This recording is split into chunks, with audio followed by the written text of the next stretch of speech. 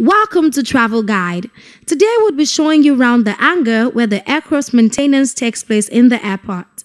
Engineer Paulina Ogbaji, a project coordinator with Aero Contractors, takes us through the aircraft maintenance process. My name is Engineer Paulina Ogbaji. I study aircraft maintenance engineering from Nigerian College of Aviation Technology, Zaria, where I finished with aircraft maintenance engineer's license.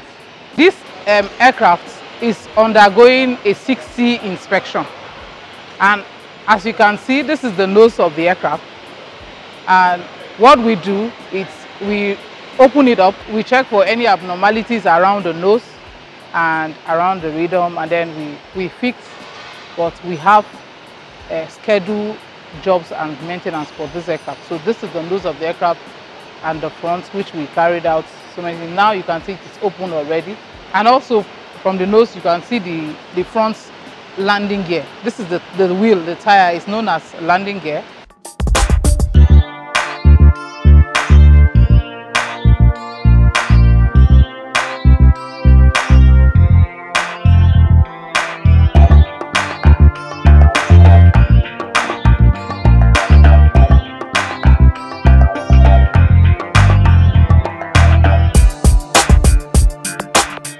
We have two cargos where we keep our luggages on this aircraft. The forward one, the front one, which is the forward cargo, and then the back.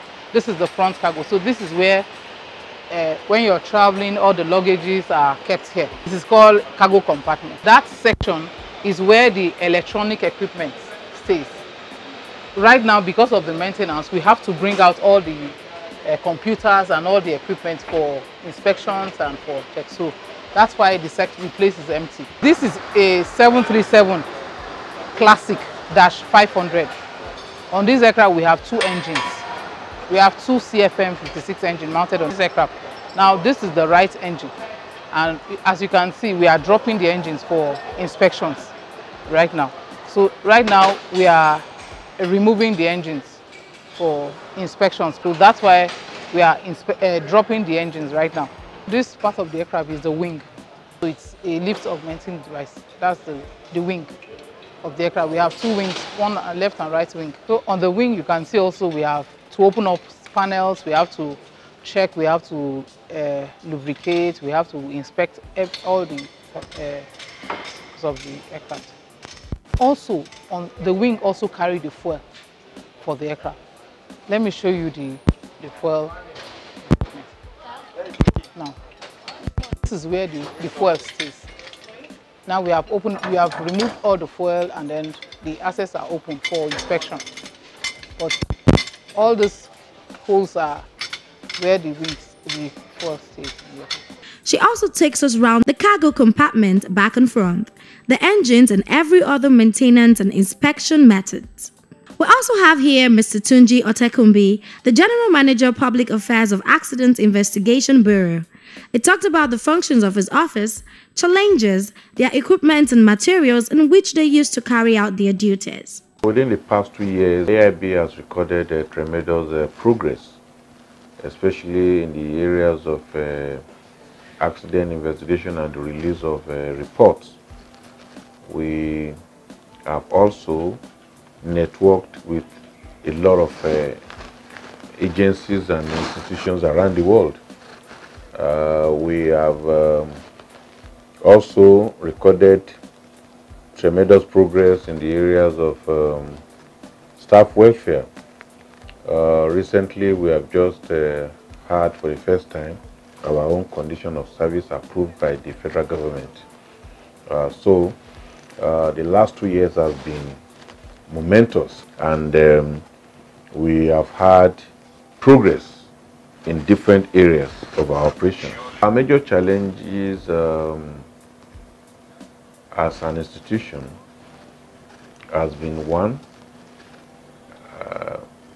the attitude of operators in reporting accident and serious incidents and other occurrences within the industry, because this is very, very important.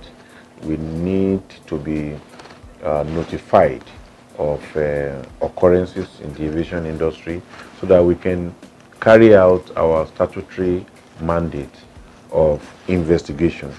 With that, there are some occurrences that may announce themselves, but there are quite a lot that have to be reported to us. So if they are not reported and then investigations are not carried out, we will not be able to know what has happened, the cause or the causes of that occurrence, and then we will not be able to make safety recommendations that can prevent future reoccurrence.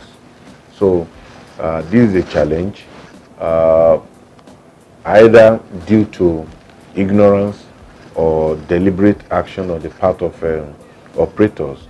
We have had some instances where occurrences like this are not reported to us. So that's a challenge. Another challenge, which is funding, is being largely addressed by the federal government. We hope it can be on a sustainable basis.